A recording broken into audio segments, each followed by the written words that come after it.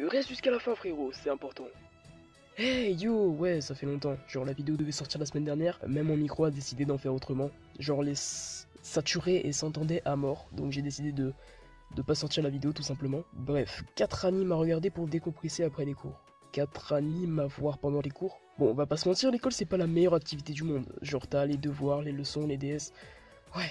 Et quand tu rentres, t'es plus tenté par un épisode que par ton DS de français, non? Ça sent le vécu.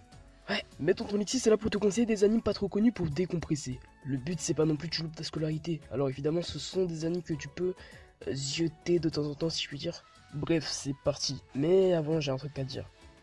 En fait j'arrête d'écrire mes textes parce que je trouve que c'est pas assez naturel, c'est pas assez authentique si je puis dire. Pour un gars comme moi qui essaie juste de partager sa passion pour les mangas et les animes, je sais pas si j'ai besoin d'un script, genre un truc carré que je dois respecter à la lettre.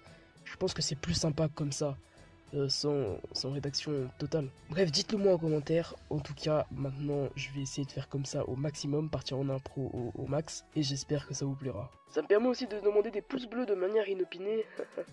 Bref, j'arrête mon blabla. Sur ce, c'est parti.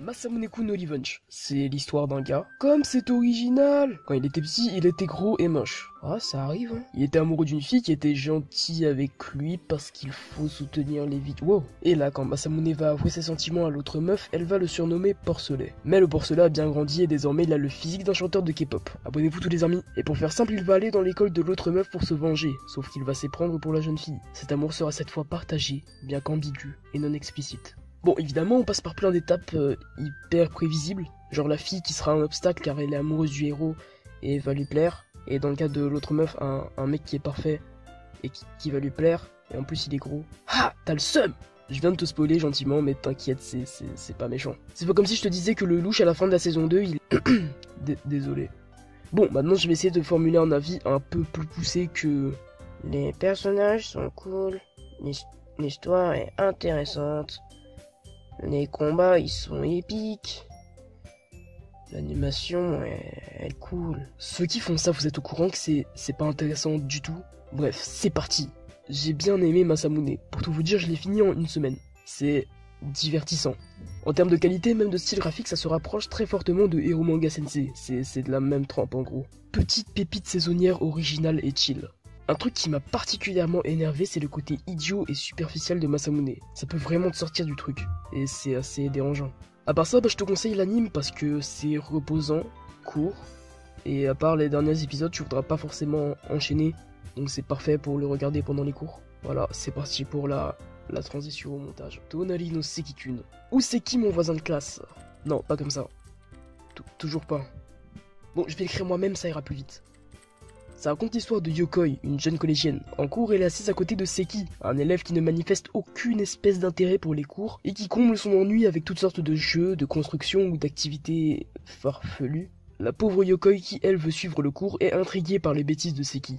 Non, arrête, Seki, fais pas ça, tu vas te faire caler par le prof et après il va te... Yokoi, ferme ta gueule! Mais monsieur, c'est Seki, là! Avec qu'à suivre le cours, wesh.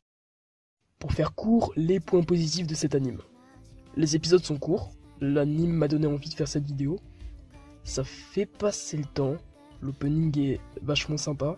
Maintenant les points négatifs, on va s'amuser. Ça rentre parfaitement dans les critères de la vidéo. Et surtout c'est hyper court. Genre le soir tu rentres, tu démarres un épisode, 7 minutes c'est bon, t'es refait. Ça va pas loin dans la réflexion et c'est assez sympa comme anime. Voilà. Doraemon, tu devrais connaître cet anime. C'est animal au moins. Mais si, ce chat bleu, tu le connais, fais pas genre. Bon, Doraemon, c'est l'histoire d'un chat, bleu, et robot aussi, qui vient tout droit du 22e siècle pour aider un jeune raté du nom de Nobi. Nobi est mauvais à l'école, il n'a aucun talent, il est moche et il a un certain don pour s'attirer des ennuis. Doraemon a dans sa poche kangourou magique plein de trucs pour aider Nobi. Et c'est tout. Je cherche pas d'histoire plus profonde que ça. Pourquoi je te présente cet anime? Bah déjà parce que je surkiffe Doraemon, et ensuite parce que les épisodes sont assez courts et passent vite. Enfin parce que t'en auras jamais fini. Il y a 2345 épisodes et c'est toujours en cours. Oh, Regarde quelques épisodes de Doraemon pour juger. J'ai dû en voir une centaine et ça m'a même pas lassé une seule fois. À toi de voir si tu veux te lancer, mais je peux que te le conseiller. Le fameux dernier anime de cette vidéo. Bon, le titre est mensonger. Déjà, je te donne le nom de l'anime, c'est Ozuki no Reitetsu. Et maintenant, je te dis que je l'ai pas vu. Eh ouais. En fait, je voulais le voir, mais je me suis dit, ce serait plus sympa de le voir avec mes abonnés et d'en faire une vidéo après, non?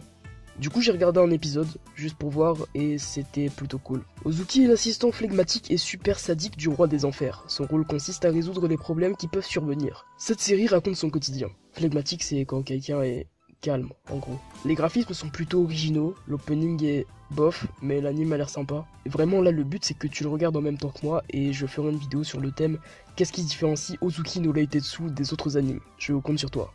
Et voilà, j'espère vraiment que tu apprécies ce format de vidéo un peu moins réfléchi. J'essaye d'alterner, parce que sortir une vidéo par semaine c'est compliqué, et je peux pas toujours sortir des trucs qui demandent beaucoup de réflexion. Like et abonne-toi, et sur ce, bye.